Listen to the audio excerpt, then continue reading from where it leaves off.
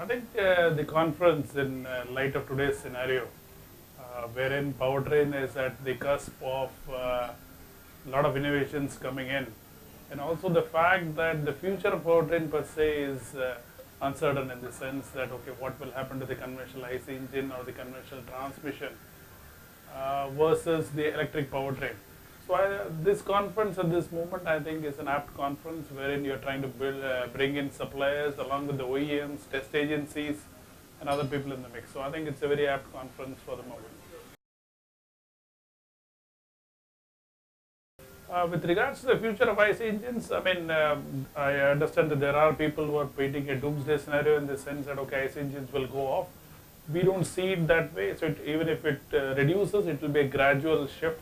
Of course, electrification will come, but IC engines would stay in certain applications. For example, commercial vehicles, stationary applications.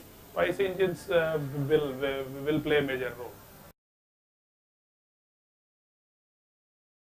Primarily, if you look at it at this point of time, the battery cost is the major one, right? If the battery at this point of time, battery cost, and even you look at even ultra capacitor, they're still more expensive.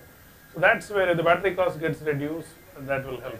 The other thing is with regards to the content of the battery. For example, if you look at lithium ion, lithium is available only in few countries in the world, like China and maybe South America. So I mean, so obviously you don't want to go from a frying pan to the fire kind of a situation. So you go from an oil to another dependence on lithium, and that to on few countries. So if even there, if there is a replacement for say lithium ion, something like a zinc air or a solid state battery, I mean involving sodium, that would probably help. The other is on the motors themselves.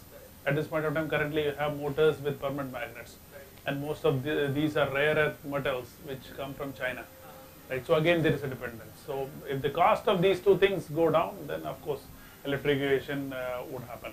And on the implementation front, obviously the charging stations and infrastructure, where would the electricity coming from? Is it coming from renewable in first place?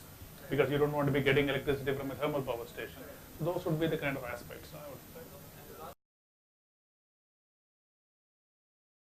Mahindra, I mean, currently as you see, the trend is towards electrification, and Mahindra has been the pioneer in electrification in India. Mahindra acquired Mahindra Reva, and that's an area in which we are pioneering.